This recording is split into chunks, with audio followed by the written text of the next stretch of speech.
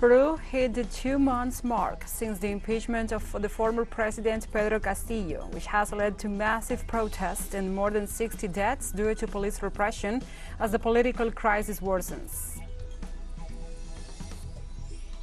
Ecuador's National Electoral Council announced that 6 provinces are undergoing vote recounting due to errors in the tally sheets.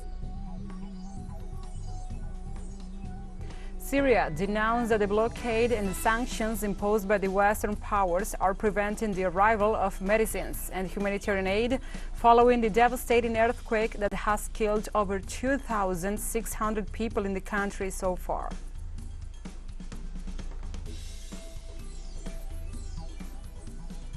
From the headquarters of TeleSUR English in Havana, Cuba, this is From the South.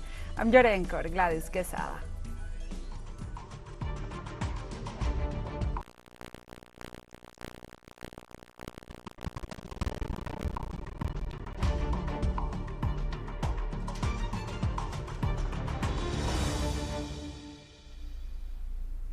And now we begin with the news. On Tuesday, Peru hit the 2-month mark since the impeachment of the former president Pedro Castillo, which has led to massive protests and more than 60 deaths due to police repression as the political crisis worsens.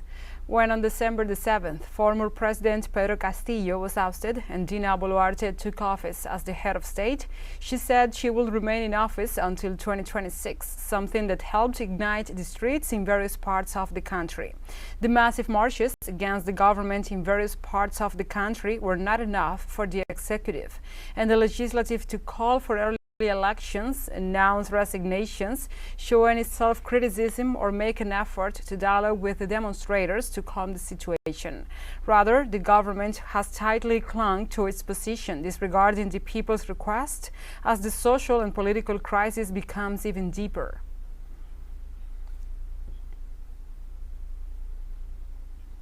In Peru, also violent mudslides have left a preliminary toll of 15 dead and thousands affected, although regional authorities in Arequipa fear that dozens of people could die.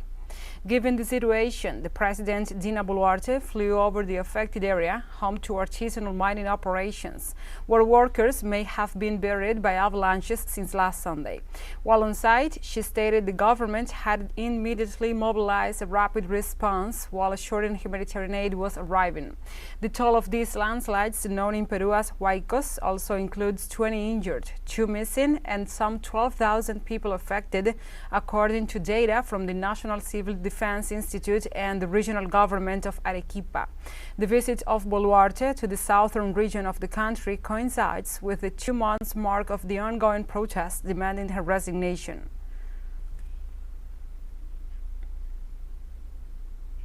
And 4 police officers were arrested on Tuesday, accused of participating in or omission in the assault against the government house, the Supreme Court, and the Congress perpetrated by followers of former President Jair Bolsonaro on January the 8th in Brazil. Among those arrested for attempting to overthrow President Luis Inácio Lula da Silva is the federal police colonel Jorge Naime Barreto, who on the day of the attempted coup was head of the operational department of the Brazilian military police. A day after the events, Barreto was also dismissed from his position on suspicion of having delayed the action of the troops, thus allowing the escape of many of those who participated in the attacks. According to local media, the police colonel denies the accusations. And the United Nations High Commissioner for Human Rights, Volker Turk, begins an official visit to Brazil on Wednesday in response to a government invitation. During his stay, Turk will meet with the representatives of the state, the Office of Citizen Protection, as well as with security forces and the judiciary.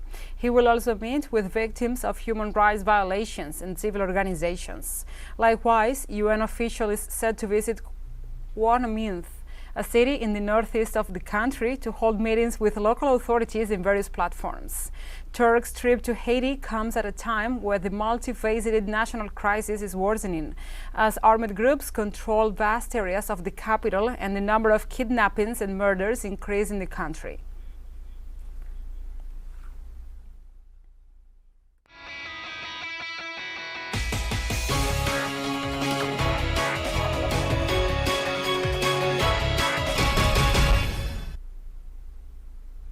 Now we address other topics. On Tuesday, the president of the National Electoral Council of Ecuador, Diana Atamaint, informed that 6 provinces are undergoing vote recount due to errors in the tally sheets at the sectional elections on Sunday. In a press conference, Atamaint explained that a problem in the printing of the tally sheets caused the provincial electoral boards to recount votes for mayors and prefects in Cañar, Loja, Santa Elena, Napo, Morona, Santiago, and Zamora Chinchipe. She also said that some data was being wrongfully assigned among the candidates and pointed out that she had requested a special examination to the comptroller's office to track the mistakes.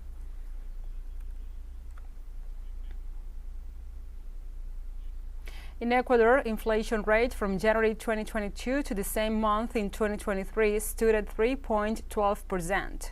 On Tuesday, the National Statistics and Census Institute reported that the price of the family basket, composed of 75 products, rose to $764.71, an increase of $40.32 compared to January last year. Meanwhile, the monthly family income of a typical household stood at $840, only 9.85% above the cost of the family basket. On the other hand, monthly inflation for the rest of the non-food products dropped to 0.13% from 0.36% a year ago. According to the report, only 33% of Ecuadorians can afford the family basket, for they have a stable and adequate job, while the situation of informal workers is more complex. Although the minimum wage in Ecuador went from $425 to $450, it continues to be below the total cost of the family basket.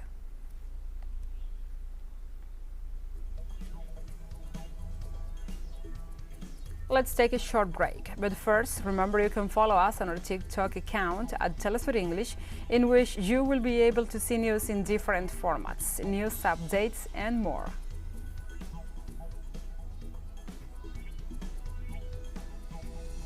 Other stories coming up, stay with us.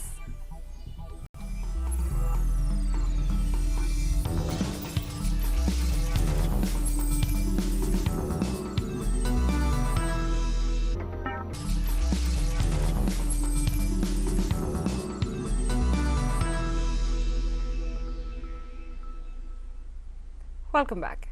United States President Joe Biden delivered on Tuesday the State of the Union address before the nation's Congress. In an over 3-hour speech, mostly devoted to domestic issues, the U.S. president began by listing a number of what he considered achievements of his administration during the last 2 years and the work ahead. He announced a new standard that will require that all construction material used in the federal infrastructure projects be made in the United States. Biden also criticized the fiscal management of former President Donald Trump's administration and called for bipartisan work in Congress to move ahead. The head of the state referred to the need for gun control and his policies on immigration. In relation to the international arena, the president made a brief reference to the conflict in Ukraine and the relations with China. And during President Joe Biden's State of the Union speech, he stated that teachers at public schools deserve a raise, adding they play a key role in children's education. Access to preschool for 3 and 4 years old. Studies show that children who go to preschool are nearly 50% more likely to finish high school and go on to earn a 2- or 4-year degree, no matter their background they came from. Let's give public school teachers a raise. United States President Joe Biden also said that border problems in the country will not be fixed by Congress acts. Launched a new border plan last month. Unlawful migration from Cuba, Haiti, Nicaragua, and Venezuela has come down 97% as a consequence of that. But American border problems won't be fixed until Congress acts. If we don't pass my comprehensive immigration reform, at least pass my plan to provide the equipment and officers to secure the border. Meanwhile, President Joe Biden highlighted that his administration is building an economy where no one is left behind. No one's left behind. Jobs are coming back. Pride is coming back because choices we made in the last several years. You know, this is, in my view, a blue-collar blueprint to rebuild America and make a real difference in your lives at home. During his midterm speech, U.S. President Biden reiterated the policy of confrontation with China and Russia. While delivering the State of the Union, Biden maintained his position of continuing to support Ukraine in its confrontation with Russia. He pointed out that the increase in inflation in his country derives from the armed conflict and blamed Moscow for sabotaging the U.S. economy. The U.S. president also made reference to the shooting down of the Chinese civilian unmanned aircraft in the past week and stated that he will always defend the country against an alleged attempt to violate its sovereignty. Biden was booed by some members of the Congress who accused him of lying, an unprecedented event in the history of the State of the Union speeches.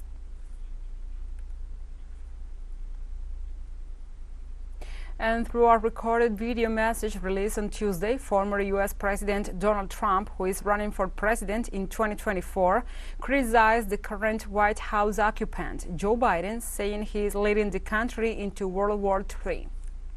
Trump, the Republican Party's 2024 presidential candidate, presented in the U.S. national media what he called the real State of the Union. According to Trump, Joe Biden's administration is bringing Americans to the brink of the World War III and is the most corrupt president in the American history thus far. Trump assured that his future government will reverse every crisis, calamity, and disaster that Joe Biden has created. He also pointed out that he will aspire to the presidency to end the destruction of his country and to finish the unfinished work to make America great again.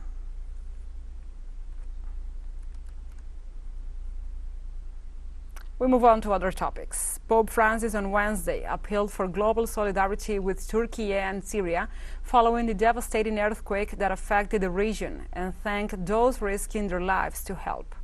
Addressing the general audience at the Vatican, the Argentine pontiff expressed his deep sadness at the disaster, sending his prayers to the region. He expressed his closeness to the Turkish and Syrian people and those who suffer as a result of the devastating disaster. More than 7,000 people have so far been confirmed dead following Monday's 7.8 magnitude earthquake. My thoughts go at this time to the peoples of Turkey and Syria who have been hard hit by the earthquake, which has caused dozens of deaths and injuries. With emotion, I pray for them and express my closeness to these peoples, to the families of the victims, and to all those who suffer as a result of this devastating disaster. I thank those working to bring help and encourage everyone to show solidarity with those territories already tormented by a long war. And the Reserve Bank of India increased its key interest rate, the repo rate, by 25 basis points on Wednesday and lowered its growth in inflation projections. The central bank said that its policy stance remains focused on the withdrawal of accommodation, with 4 of 6 members voting in favor of that position. The repo rate is the interest banks pay to borrow from the central bank, and an increase in that rate makes banks raise their lending charges. The latest is the 6th consecutive rate hike, taking the Reserve Bank's key rate to 6.50%.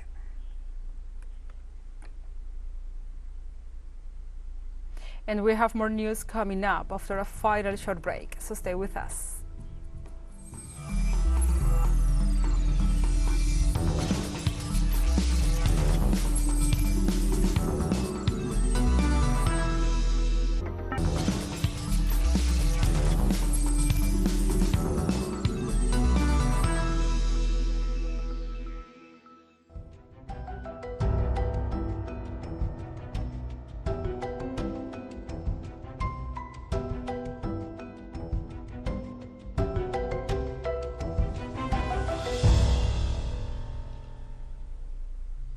Welcome back to From the South.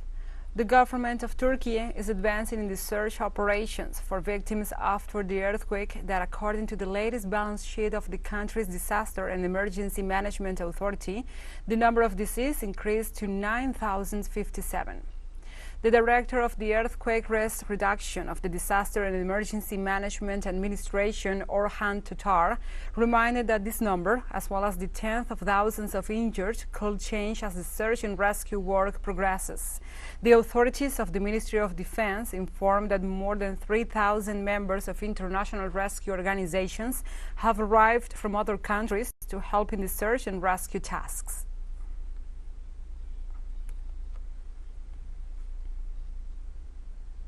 During a press conference on his first visit to the earthquake-hit area on southern Turkey, President Recep Tayyip Erdogan said that the situation is under control.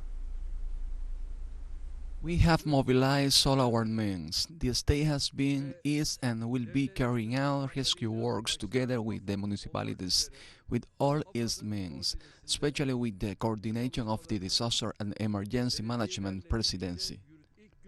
On the first day, of course, there were some difficulties, but then on the second day and today, the situation was under control, and from now on, our work on the debris is continuing, but on the other hand, our Ministry of Environment and Urbanization will hopefully start the cleanup. The government of Venezuela sends human resources and equipment for rescue operations in Turkey and Syria.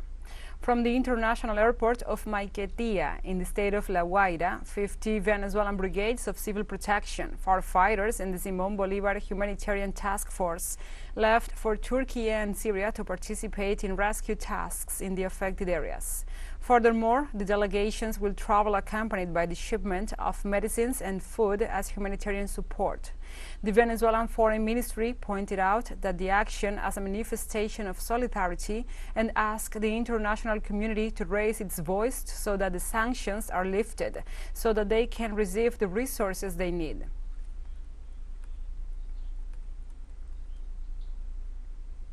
Remember, especially in the case of the Syrian people, a country subjected to unilateral coercive measures, we take this moment to ask the international community to raise its voice so that the sanctions are lifted immediately, just as Venezuela has done, which the Syrian Arab Republic has at this moment. It is the only way we will find to optimize the recovery. We wish for a speedy recovery, that we find as many lives as possible. That is why we are sending today this group of experts to assist in the rescue efforts of two sister countries. Syrian Foreign Minister Faisal al-Baghdad denounced on Wednesday that the blockade and the sanctions imposed by the Western powers are preventing the arrival of medicines and humanitarian aid following the devastating earthquake that hit the country on Monday. While the U.S. officials claim that their measures do not affect humanitarian assistance, Syrian head of diplomacy stated in reality they prevent the needed supplies, such as medicines, from reaching the country. He also said that Washington and its Western allies ordered other governments around, threatening them with sanctions if they negotiate with Syria, thus exacerbating the tragedy of the local people. According to the foreign minister, the catastrophe of the earthquake, which has so far killed at least 2,662 people, is immense, and what has increased its depth are the difficult circumstances the country has been going through for the past 12 years with its constant struggle against terrorism and its supporters.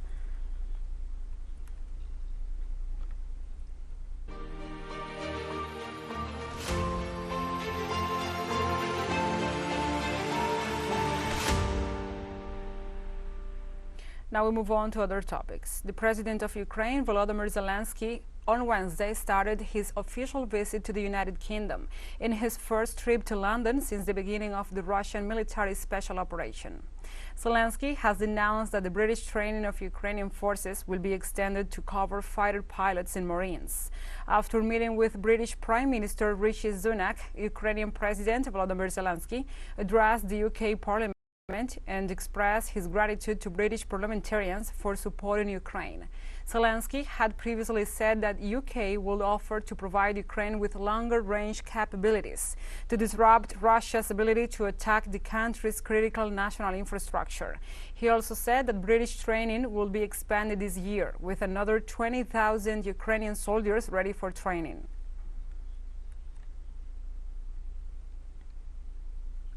And at least 1/3 of the children worldwide suffer from lack of water in schools, affecting their health and ability to learn, according to a report published by UNESCO on Wednesday. The report, titled Ready to Learn and Thrive, School Health and Nutrition Around the World, stated that 1 out of 3 schools around the world lacks basic sanitation facilities to wash hands with soap and water. The lack of infrastructure prevents schools from providing a safe environment from diseases such as COVID-19, parasites, and more.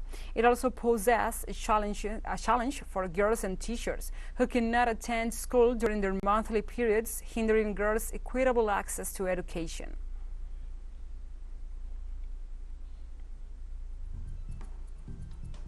And we have come to the end of this news brief. But remember, you can find this and many other stories on our website at telesurenglish.net.